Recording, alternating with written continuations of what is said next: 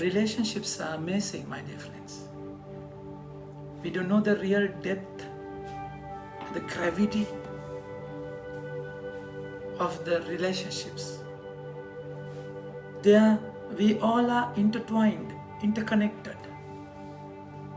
Jesus is the head and we are the parts of the same body.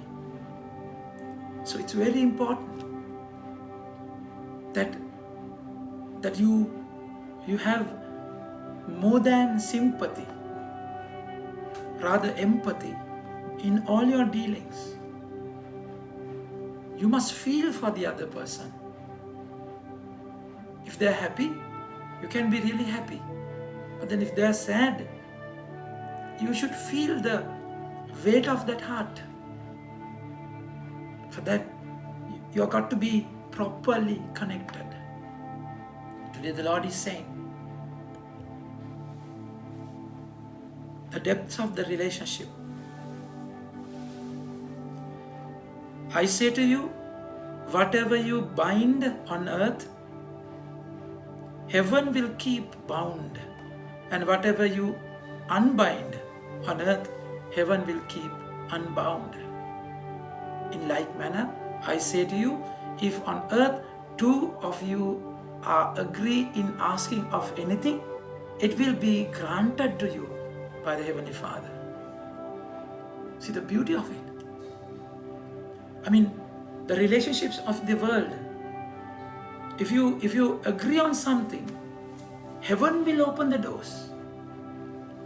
So if you disagree and have tug of wars, have your own desires, selfish, carnal desires, heaven will close the doors. Simple. That's why your prayers are not answered. You're not connected to the other person. That's the power of prayer. Family prayer especially. Community prayer. Of course you have to have personal prayer, without which you can't journey. But then family prayer, community prayer gives you real strength and power. So we are united in Him. That's exactly what He means today. For where two or three are gathered in my name, I am there among them. So, see, if your focus is Jesus in your relationship, the presence of Yahweh, Jehovah Shammah, they will experience in a very powerful way. That's exactly where He wants us to be.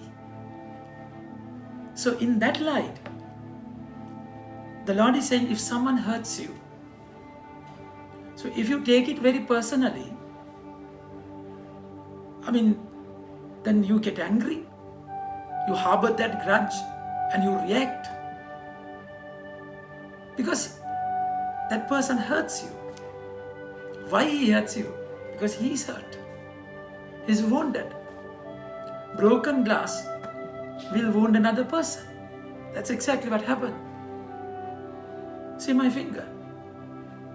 So if it is wounded, can all the other fingers turn a blind eye and ask the pointing finger to mind his own business? No.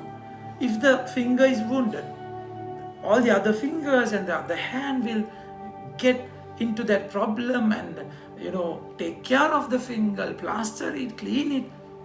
So they all worry about it because they are connected. You can't just leave that finger alone. That's where He says, if your brother has sinned against you, go and point out the fault to him personally. When the two of you are alone, not to tarnish his name, not to break his reputation, not to have, kind of sadistic happiness that you have retorted properly. You have given him tight. No, not that way. You love him. You love him so much. So you go to the extent of going to him and pinpointing that mistake, because you want to change him, correct him out of lot of love. That's exactly should be your motivation. motive, not to harm him, not to satisfy yourself either. The word says, if he listens to you, you have won back your brother. It's your victory. See the beauty. But then all the time, Satan has distorted this idea, isn't it? That if you go, don't be second to another one. Why you should go. He should or she should come to you. And all this pride will damage the whole meaning of the relationships.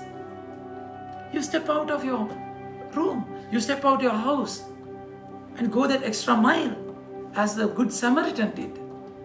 Because Jesus stepped out of heaven to this thinking world to save you.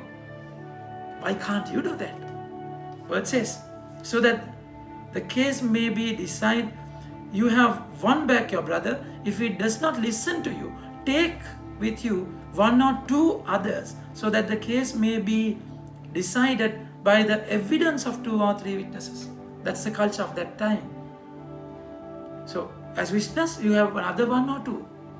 So he has to believe, or she has to believe, accept that he's or she's at fault.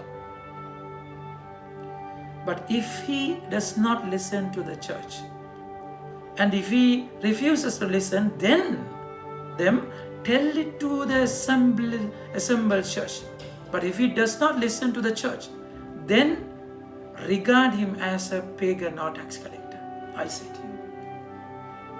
So go to the very extent of correcting him, failing which, leave them alone. That's the direct meaning of the gospel.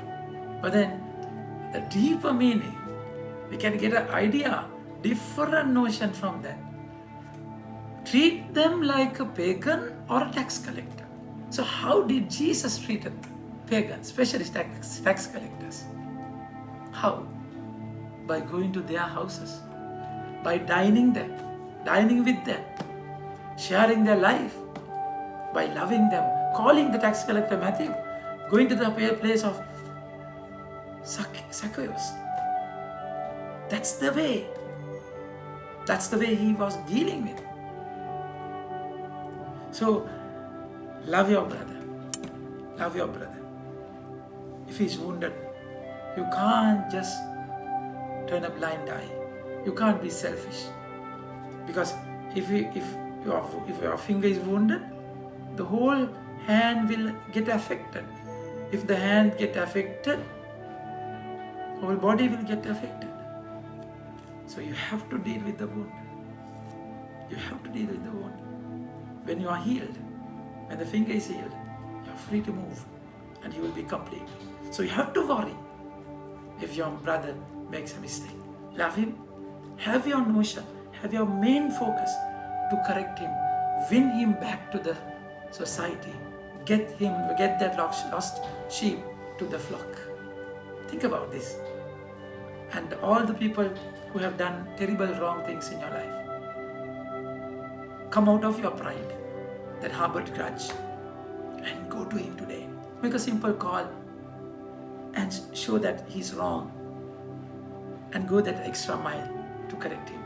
Jesus loves you, and he's going to be with you, and you will win a beautiful, meaningful friendship in that relationship. Amen. May God bless you. Have a nice day.